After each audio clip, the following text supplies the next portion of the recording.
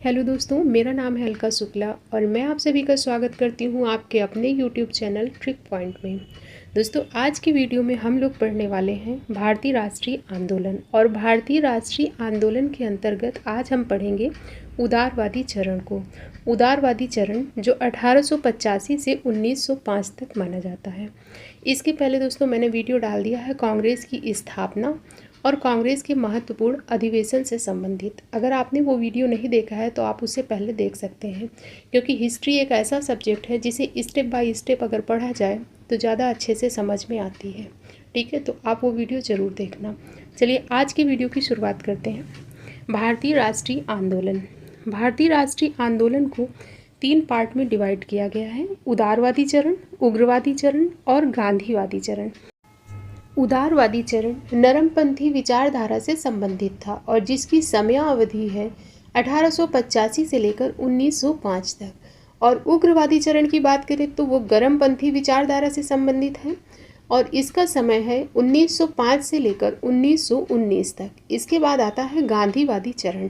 गांधीवादी चरण का जो समय है 1919 से लेकर 1947 तक का जो चरण है उसे हम गांधीवादी चरण के नाम से जानते हैं। तो आज के वीडियो में जो हम पढ़ने वाले हैं वो उदारवादी चरण पढ़ने वाले हैं, यानी नरमपंथी विचारधारा, जिसका समय है 1885 से 1905 तक। तो चलिए शुरू करते हैं। भारतीय इतिहास में 1885 से 1905 तक का जो चरण है उदारवादी चरण के नाम से जाना जाता है, क्योंकि इस चरण में आंदोलन का नेतृत्व मुख्यतः उदारवादी नेताओं के हाथ में रहा। यह नेता उदारवादी नीतियों तथा अहिंसक विरोध प्रदर्शन में विश्वास रखते थे। विचारधारा इनकी क्या थी और कार्यप्रणाली क्या थी? जो उदारवादी नेता थे इनकी विचारधारा और कार्यप्रणाली क्या थी, इसके बारे में जानते हैं। उदारवादी अंग्रेजों की न्यायप्रियता, क्रमिक सुधार, शांतिपूर्ण एवं रक्तहीन संघर्ष पर विश्वास करते थे और उन्होंने विरोध हेतु संवैधानिक तरीकों को अपनाया। उनका मानना था कि संवैधानिक तरीके से हम अपनी मांगों को पूरा कर सकते हैं। उन्हें ब्रिटिश संसद पर पूर्ण विश्वास था। उनकी शिकायत केवल भारत में वायसराय एवं उनकी काउंसिलिंग के ब्रिटिश कानून के खिलाफ थी, यानी उन्हें ब्रिटिश संसद पर तो पूरा विश्वास था कि ये हमें न्याय दिलाएंगे, लेकिन जो भारत में वायसराय और उनकी काउंसिलिंग थी उस पर उनको विश्वास नहीं था, उसी के वो खिलाफ थे। ठीक है। नरमपंथी आश्वस्त थे कि अंग्रेजों का मूल उद्देश्य भारतीयों के प्रति न्यायपूर्ण होना था। उनका मानना था कि याचिका, प्रस्ताव, प्रतिनिधिमंडल, परिचय और बैठक के माध्यम से जनता की मांगें और जनता के विचारों को अंग्रेजी शासन के सामने पेश करने से उन्हें न्याय मिलेगा। ये मान्यता किसकी थी? उदारवादी नेताओं की। इसी क्रम में उदारवादी नेताओं ने 2 पद्धतियों को नियोजित किया। पहली थी एक मजबूत जनमत बनाकर राष्ट्रीय भावना को जगाना और इस तरह आम राजनीतिक सवालों पर उन्हें एकजुट करना, और दूसरी थी ब्रिटिश सरकार को उनकी मांग की तर्ज पर सुधार लाने के लिए राजी करना। ये 2 पद्धतियाँ किससे रिलेटेड हैं? तो उदारवादी चरण में उदारवादी नेताओं से रिलेटेड हैं। ठीक है। और नरमपंथियों की जो विधि थी उनको 3P के रूप में भी जाना जाता है। आपने सुना होगा कि नरमपंथियों की विधि को 3P के रूप में जाना जाता था। कौन से थे वो 3P? 3P वो थे pray, petition and protest. Pray, petition and protest यानी प्रार्थना, याचिका और विरोध। ये नरमपंथियों की विचारधारा थी जिन्हें 3P के रूप में भी जाना जाता था। अब हम जानते हैं कि उदारवादी नेता कौन कौन से थे। उदारवादी नेताओं से क्वेश्चन पूछा जाता है, ऑप्शन में दे दिया जाता है कि इनमें से कौन से उदारवादी नेता थे, या फिर 3 ऑप्शन दे देगा आपको उदारवादी नेता और एक उग्रवादी दे के पूछेगा कि इनमें से कौन उदारवादी नेता नहीं थे। आपको मैं लास्ट में क्वेश्चन दिखाऊंगी PYQ जो प्रीवियस ईयर एग्जाम में पूछे गए हैं। ठीक है। तो अब हम जानते हैं उदारवादी नेता कौन से थे। व्योमेश चंद्र बनर्जी, दादा भाई नौरोजी, बदरुद्दीन तैयब जी, फिरोज शाह मेहता, P अनंत चार्लू, RC दत्त, मोतीलाल घोष, गोपाल कृष्ण गोखले, विजय राघवाचार्य, सुरेंद्र नाथ बनर्जी, आनंद मोहन बोस, महादेव गोविंद रानाडे, सुब्रमण्यम अय्यर, दिनसा वाचा, मदन मोहन मालवीय। ये प्रमुख नेता थे उदारवादी नेता। तो इनके नाम आप एक बार ज़रूर पढ़ लेना, PDF आपको मिल जाएगी, तो एक बार नाम ज़रूर पढ़ लेना क्योंकि इनके नाम से क्वेश्चन बनते हैं। ठीक है। एक बार मैं फिर रिपीट कर रही हूँ। व्योमेश चंद्र बनर्जी, दादा भाई नौरोजी, बदरुद्दीन तैयब जी, फिरोज शाह मेहता, P अनंत चार्लू, RC दत्त, मोतीलाल घोष, गोपाल कृष्ण गोखले, विजय राघवाचार्य, सुरेंद्रनाथ बनर्जी, आनंद मोहन बोस, महादेव गोविंद रानाडे, सुब्रमण्यम अय्यर, दिनसा वाचा, मदन मोहन मालवीय, ये हैं प्रमुख उदारवादी नेता। अब हम जानते हैं उदारवादी और गर्मपंथी जो थे, उदारवादी और गर्मपंथी जो नेता थे, इनमें अंतर क्या था, इनकी सोच कैसी थी। तो इनमें अंतर जानते हैं। एक तरफ उदारवादी यानी नरमपंथी और दूसरी तरफ उग्रवादी यानी गर्मपंथी। तो जो उदारवादी सोच थी, नरमपंथी भारत के लिए औपनिवेशिक शासन में सुधार चाहते थे और गर्मपंथी स्वराज्य चाहते थे और अंग्रेज़ों पर विश्वास नहीं करते थे। यानी जो उदारवादी थे वो औपनिवेशिक शासन में सुधार चाहते थे और उन्हें अंग्रेज़ों पर विश्वास था, लेकिन गर्मपंथी जो थे, उग्रवादी थे, उन्हें अंग्रेज़ों पर विश्वास नहीं था। स्वराज्य वो भी चाहते थे लेकिन उनको अंग्रेज़ों की नीतियों पर कोई विश्वास नहीं था। फिर नरमपंथी संवैधानिक तरीके से जैसे प्रार्थना करना, आवेदन करना, अपील करना, इसके द्वारा सरकार से जो है रियायत प्राप्त करना चाहते थे। लेकिन उग्रवादी जो है जन आंदोलन करना चाहते थे, बहिष्कार है, स्वदेशी है, राष्ट्रीय शिक्षा के द्वारा स्वराज्य को प्राप्त करना चाहते थे। उदारवादी पश्चिमी शिक्षा संस्कृति के प्रशंसक थे तथा उसी के आधार पर भारत का निर्माण करना चाहते थे, क्योंकि मैंने बताया ज़्यादातर जो उदारवादी नेता थे इनमें से सब ज़्यादातर इंग्लैंड से पढ़कर आए थे और ये पाश्चात्य शिक्षा के समर्थक थे। लेकिन जो उग्रवादी नेता थे वो प्राचीन भारतीय संस्कृति को श्रेष्ठ मानते थे और पश्चिमी संस्कृति की आलोचना करते थे। उदारवादी राष्ट्रीय आंदोलन शिक्षित व उच्च शहरी वर्ग का प्रतिनिधित्व करता था। जो उदारवादी नेता थे वो उच्च और शहरी शिक्षित वर्ग का प्रतिनिधित्व करते थे, लेकिन जो उग्रवादी नेता थे वो आंदोलन को मध्य वर्ग, निम्न वर्ग और सामान्य जनता तक ले जाना चाहते थे। इसी के चलते दोनों में विवाद होता है और आपने पढ़ा होगा 1907 का सूरत अधिवेशन कांग्रेस का, जिसमें कि नरम दल और गरम दल दोनों अलग हो जाते हैं, क्योंकि दोनों की विचारधारा नहीं मिलती है। इस वजह से दोनों अलग हो जाते हैं, क्योंकि दोनों बिल्कुल अपोजिट हैं, एक दूसरे के विचार नहीं मिलते हैं। ठीक है, अब आगे देखते हैं कि उदारवादियों की मांग क्या थी। तो उनकी मांग के अंतर्गत सबसे पहले हम जानेंगे प्रशासनिक मांग। प्रशासनिक मांग क्या थी? भारतीय सिविल सेवा परीक्षा इंग्लैंड और भारत में एक साथ आयोजित की जाए, ये प्रशासनिक मांग के अंतर्गत थी उदारवादियों की मांग। दूसरी थी स्थानीय निकायों को अधिक शक्ति दी जाए और प्राथमिक शिक्षा का विस्तार किया जाए। 1878 के शस्त्र और लाइसेंस अधिनियम का निरसन हो, ये इनकी मांग थी। बागान श्रमिकों के काम करने की स्थिति में सुधार हो। जो बागान श्रमिक थे उनकी स्थिति दयनीय थी, तो इनकी मांग थी कि उनकी स्थिति में सुधार किया जाना चाहिए। विदेश में भारतीय मजदूर का बेहतर इलाज किया जाए, कल्याण पर व्यय में वृद्धि की जाए, ये प्रशासनिक मांगें थी उदारवादियों की। आगे है संवैधानिक मांग। संवैधानिक मांग के अंतर्गत प्रशासन में भारतीयों की भागीदारी बढ़ाई जाए, कार्यपालिका और न्यायपालिका का पृथक्करण किया जाए, जैसा कि वर्तमान संविधान में है कार्यपालिका और न्यायपालिका का पृथक्करण। केंद्र और प्रांतों में विधान परिषद और विधानसभा का विस्तार किया जाए। वायसराय की कार्यकारी परिषद में भारतीयों का पर्याप्त प्रतिनिधित्व हो, क्योंकि उस समय जो वायसराय की कार्यकारी परिषद होती थी उसमें भारतीयों का प्रतिनिधित्व नहीं होता था, ज़्यादातर अंग्रेज़ होते थे। तो ये इनकी मांग थी कि वायसराय की कार्यकारी परिषद में भारतीयों का प्रतिनिधित्व बढ़ाया जाए। उच्च पदों पर अधिकांश निर्वाचित भारतीय हों और बजट पर नियंत्रण हो, ये थी संवैधानिक मांग। फिर है आर्थिक मांग। आर्थिक मांग के अंतर्गत नमक कर और चीनी शुल्क समाप्त किया जाए। नमक पर लगने वाला कर और चीनी पर लगने वाले कर को समाप्त किया जाए।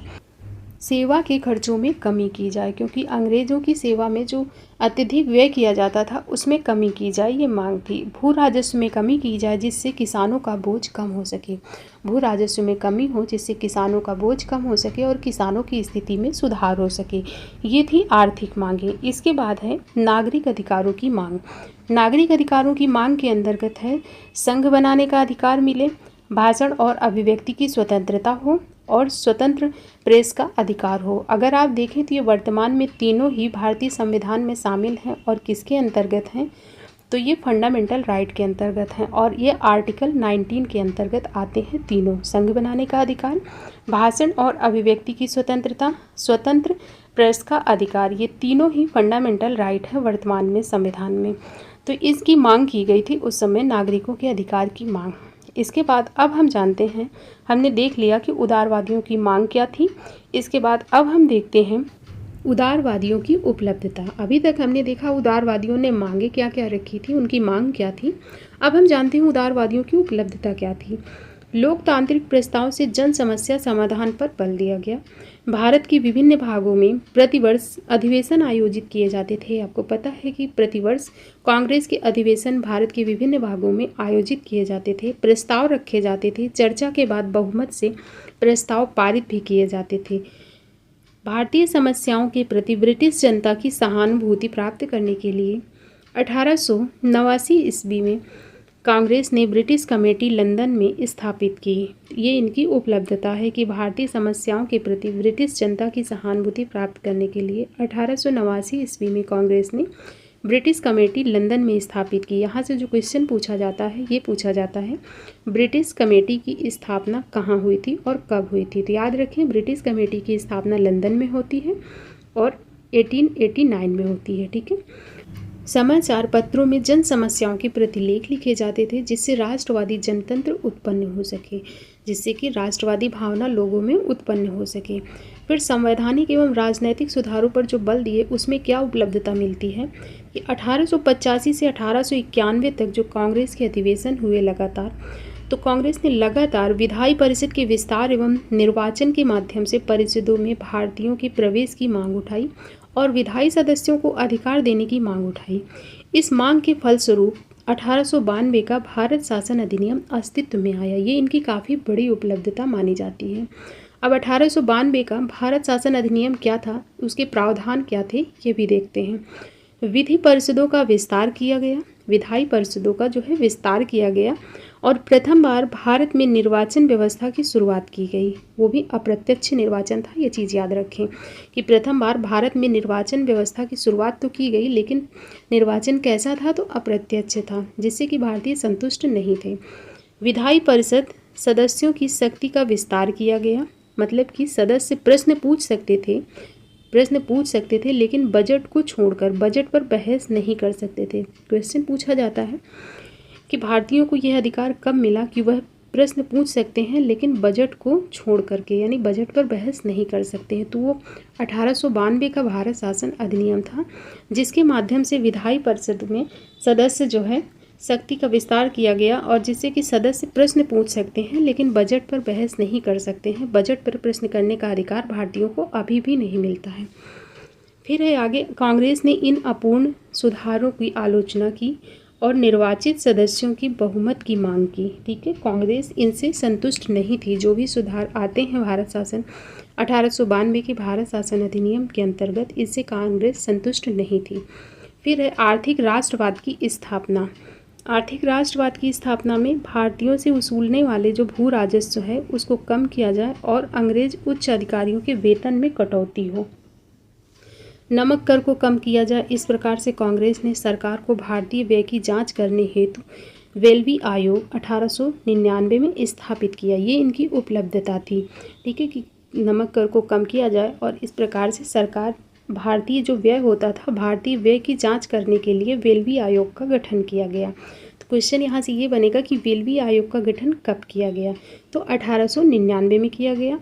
और किसके लिए था, तो भारतीय व्यय की जांच के लिए था। जो भारतीय व्यय होता था उसकी जांच करवाने के लिए वेल्बी आयोग का गठन किया गया था। फिर उदारवादी जो चरण थे, हमने ये देखा कि उदारवादी चरण में जो उदारवादी नेता थे, इनकी मांग क्या थी, इनकी उपलब्धता क्या हुई। अब हम देखते हैं इनकी कमियां क्या थी। उदारवादी चरण की कमियां ये थी, उदारवादियों में अधिकांशतः जो लोग शामिल थे वो वकील, उद्योगपति थे। इसकी वजह से इनमें जनधार नहीं था। अंग्रेज सरकार ने शुरुआत में कांग्रेस का स्वागत किया।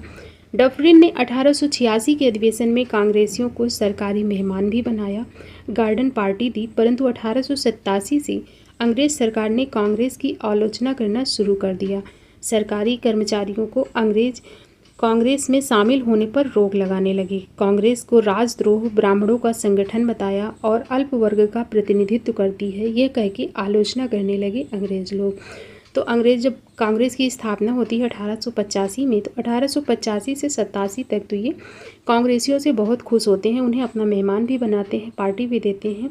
लेकिन जैसे ही कांग्रेस के लोगों ने अपनी मांगें रखना शुरू किया तो ये उनको अल्प वर्ग का प्रतिनिधित्व करते हैं, ब्राह्मणों का संगठन है और राजद्रोह है, ऐसा करके संबोधित करने लगे कांग्रेसियों को। अंग्रेज इनसे खुश नहीं रहते थे। इसी संदर्भ में कुछ कथन फेमस हैं, जैसे सबसे फेमस कथन है बाल गंगाधर तिलक जी का। इन्होंने कहा था कि वर्ष में एक बार मेढक की तरह टर्राने से हमें कुछ नहीं मिलेगा। आपको पता है जो कांग्रेस के अधिवेशन होते थे वर्ष में एक बार होते थे और लास्ट में होते थे वर्ष के। उसी संदर्भ में तिलक जी ने कहा था कि वर्ष में एक बार मेढक की तरह टर्राने से हमें आज़ादी नहीं मिलेगी, हमें कुछ भी नहीं मिलेगा, ठीक है। और बिपिन चंद्र ने कहा कि उदारवादी चरण कांग्रेस का शैशव काल है।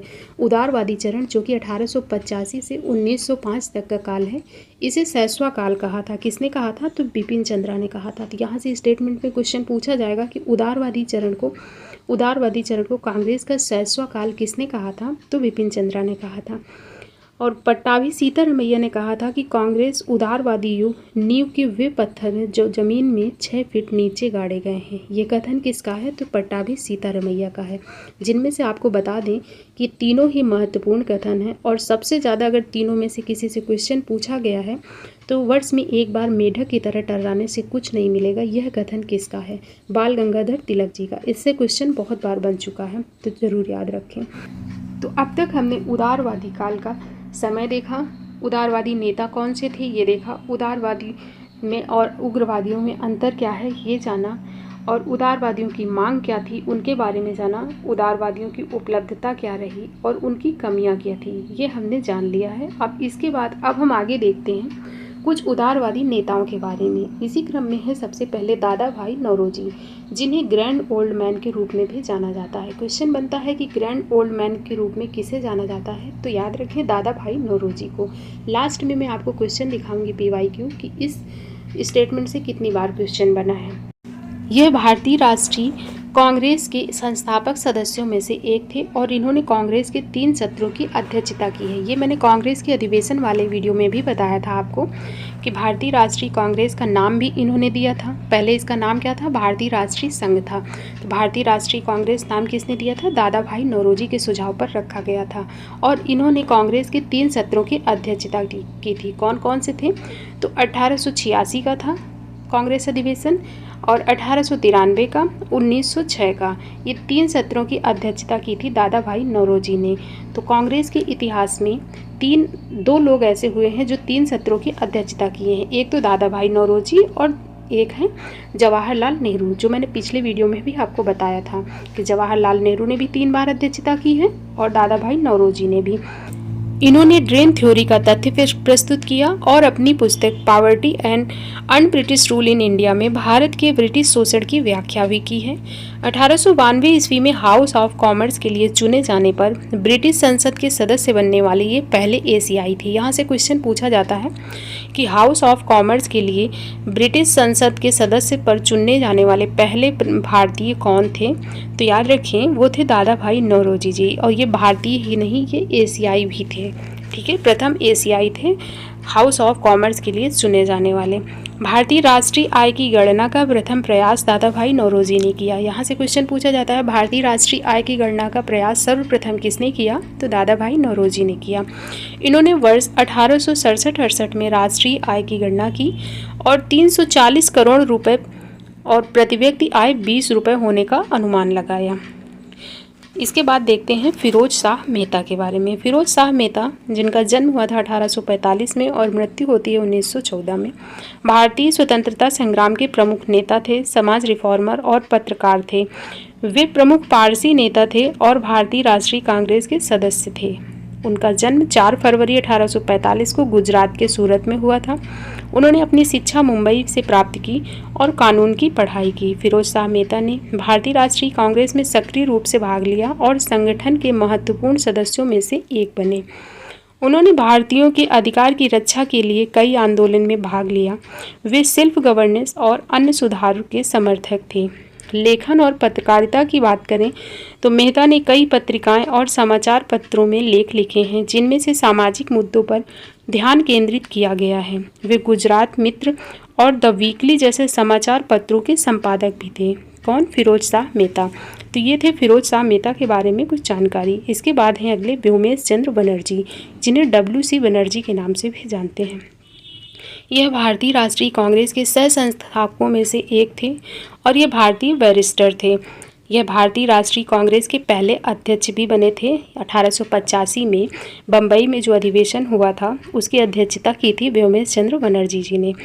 ये ब्रिटिश हाउस ऑफ कॉमन्स के चुनाव लड़ने वाले पहले भारतीय थे। तो अगर आपसे पूछा जाता है ब्रिटिश हाउस ऑफ कॉमर्स के चुनाव लड़ने वाले पहले भारतीय कौन थे, तो वहाँ पर आपका आंसर हो जाएगा व्योमेश चंद्र बनर्जी। ठीक है, व्योमेश चंद्र बनर्जी हो जाएगा। लेकिन अगर पूछा जाता है कि हाउस ऑफ कॉमर्स के लिए चुने जाने वाले पहले भारतीय, तो वहाँ दादा भाई नौरोजी हो जाएगा। दोनों चीज़ को क्लियर रखें, कन्फ्यूज़ नहीं होना है। ठीक है, इसके बाद सुरेंद्र नाथ बनर्जी के बारे में जानते हैं। सुरेंद्र नाथ बनर्जी, इन्हें राष्ट्रगुरु के नाम से भी जाना जाता है। 1776 में इन्होंने राजनीतिक सुधार लाने के लिए इंडियन नेशनल एसोसिएशन की स्थापना की थी। कब की थी? तो 1776 ईस्वी में। इन्होंने द बंगाली नाम से एक अखबार शुरू किया।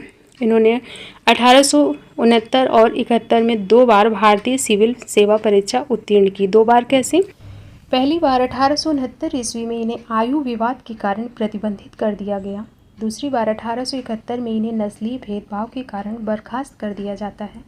इस तरीके से 1869 और 1871 2 बार भारतीय सिविल सेवा परीक्षा उत्तीर्ण की थी इन्होंने सविनय अवज्ञा आंदोलन का प्रस्ताव भी रखा था। तो ये थी कुछ जानकारी सुरेंद्र नाथ बनर्जी के बारे में। इसके बाद नेक्स्ट है हमारे MG रानाडे। MG रानाडे, इन्हें राव बहादुर की उपाधि से सम्मानित किया गया था।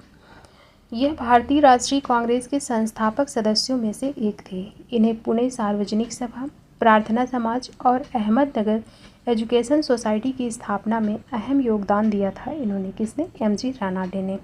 फिर नेक्स्ट है गोपाल कृष्ण गोखले। गोपाल कृष्ण गोखले एक महान समाज सुधारक और शिक्षाविद थे। 1905 में गोपाल कृष्ण गोखले ने सर्वेंट ऑफ इंडिया सोसाइटी की स्थापना की थी। क्वेश्चन पूछा जाता है सर्वेंट ऑफ इंडिया सोसाइटी की स्थापना किसने की थी? तो गोपाल कृष्ण गोखले ने की थी। और कब की थी? तो 1905 में की थी। और इससे इतनी बार क्वेश्चन बना है, बहुत बार क्वेश्चन बन चुका है इससे, तो ये चीज़ याद रखें। सर्वेंट ऑफ इंडिया सोसाइटी की स्थापना की थी गोपाल कृष्ण गोखले ने 1905 ईस्वी में। गोपाल कृष्ण गोखले महात्मा गांधी जी के राजनीतिक गुरु भी थे। गोपाल कृष्ण गोखले महात्मा गांधी जी के राजनीतिक गुरु थे। क्वेश्चन बनता है कि महात्मा गांधी के राजनीतिक गुरु कौन थे? तो गोपाल कृष्ण गोखले थे। ठीक है, इसी के साथ हमारा थ्योरी सेक्शन कंप्लीट होता है। आज की वीडियो में हमने उदारवादी युग कंप्लीट कर लिया है। हमने जान लिया है कि उदारवादी युग का समय क्या है, कौन कौन से इसमें नेता शामिल थे, इन्होंने कौन कौन सी मांगें रखी, इनकी उपलब्धता क्या रही, और गर्म दल और नरम दल यानी उदारवाद और उग्रवाद में विवाद क्यों रहता था, दोनों में अंतर भी हमने जान लिया है। इसके बाद हमने कुछ प्रमुख उदारवादी नेताओं के बारे में भी पढ़ लिया है। और अब हम अगले वीडियो में जो पढ़ेंगे वो उग्रवादी युग के बारे में पढ़ेंगे, उग्रवादी चरण और उग्रवादी नेताओं के बारे में। हिस्ट्री को अगर आप स्टेप बाय स्टेप पढ़ते हैं तो आपको समझने में भी आसानी होगी और स्टोरी की तरह आप उसको समझ सकते हैं और हमेशा के लिए याद भी रख सकते हैं। ठीक है, तो आप स्टेप बाय स्टेप ही पढ़ें। ऐसा ना करें कि एक वीडियो यहाँ से उठा के देख लिया, दूसरा वहाँ से देख लिया। अगर आप स्टेप बाय स्टेप पढ़ते चले जाएंगे तो हिस्ट्री आपको बहुत अच्छे से समझ आएगी। अब हम चलते हैं सीधा क्वेश्चन प्रैक्टिस की तरफ। पहला क्वेश्चन है, भारतीय राष्ट्रीय आंदोलन की 1885 से 1905 तक की अवधि को क्या कहा जाता है? अर्थात कि भारतीय राष्ट्रीय आंदोलन का जो 1885 से 1905 तक का समय है उसे किस युग के नाम से जानते हैं? तो इसका राइट आंसर होगा ऑप्शन नंबर ए, उदार युग के नाम से। उदार युग के नाम से जानते हैं 1885 से 1905 तक के समय को। फिर नेक्स्ट क्वेश्चन है, निम्नलिखित कांग्रेसी नेताओं में से किसे भारत का महान व्रत व्यक्ति भी कहा जाता था? हमने पीछे बात की थी थ्योरी सेक्शन में। तो इसका राइट आंसर क्या बनेगा? ऑप्शन नंबर ए, दादा भाई नौरोजी को। नेक्स्ट क्वेश्चन है, वह कौन सा प्रथम व्यक्ति था जो ब्रिटिश संसद के लिए निर्वाचित हुआ था? तो ब्रिटिश संसद के लिए निर्वाचित होने वाले प्रथम व्यक्ति कौन थे? तो इसका करेक्ट आंसर हो जाएगा ऑप्शन नंबर ए, दादा भाई नौरोजी। दादा भाई नौरोजी ब्रिटिश संसद के लिए प्रथम निर्वाचित होने वाले सदस्य थे।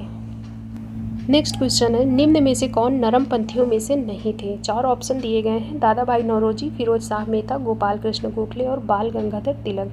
इसे आप देखते ही बता सकते हैं कि बाल गंगाधर तिलक जो थे वो गर्मपंथी नेता थे, ना कि नरमपंथी। बाकी की ये तीनों नरमपंथी नेताओं में शामिल हैं। इसके बाद नेक्स्ट क्वेश्चन है, सर्वेंट ऑफ इंडिया सोसाइटी किसके द्वारा स्थापित किया गया? तो इसका राइट आंसर क्या हो जाएगा? ऑप्शन नंबर ए, दादा भाई नौरोजी द्वारा। थ्योरी सेक्शन में मैंने बताया था कि सर्वेंट ऑफ इंडिया सोसाइटी की स्थापना दादा भाई नौरोजी द्वारा की गई है। और कब की जाती है? तो 1905 में की जाती है। अगला क्वेश्चन है, बॉम्बे क्रॉनिकल अंग्रेजी भाषा का एक साप्ताहिक समाचार पत्र था। इससे जुड़े कांग्रेस के निम्न में से कौन उदारवादी नेता हैं? बॉम्बे क्रॉनिकल से अंग्रेजी भाषा का जो साप्ताहिक समाचार पत्र था, इससे कौन से कांग्रेसी नेता जुड़े हुए थे जो कि उदारवादी भी थे? तो इसका करेक्ट आंसर क्या बन जाएगा? Firoz Shah Mehta.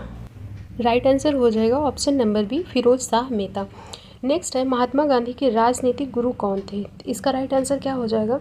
Option number C, Gopal Krishna Gokhale. Mahatma Gandhi ji के राजनीतिक गुरु थे गोपाल कृष्ण गोखले। अगला है, कांग्रेस के किस उदारवादी नेता को बॉम्बे का शेर कहा जाता है? तो किस उदारवादी नेता को बॉम्बे का शेर कहा जाता है? फिरोज शाह मेहता को। फिरोज शाह मेहता को बॉम्बे का शेर कहा जाता है।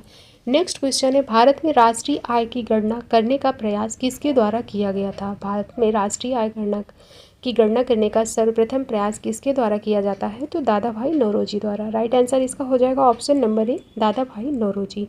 और आज का हमारा लास्ट क्वेश्चन है, poverty and un British rule in India नामक पुस्तक किसने लिखी है? तो इसका करेक्ट आंसर भी हो जाएगा दादा भाई नौरोजी। राइट आंसर क्या बनेगा? ऑप्शन नंबर ए, दादा भाई नौरोजी। और इसी क्वेश्चन के साथ आज का सेशन समाप्त होता है। आपको वीडियो कैसा लगा है? अगर वीडियो अच्छा लगा है तो प्लीज़ वीडियो को लाइक करना और चैनल को सब्सक्राइब कर लेना। मिलते हैं नेक्स्ट वीडियो में। Thank you.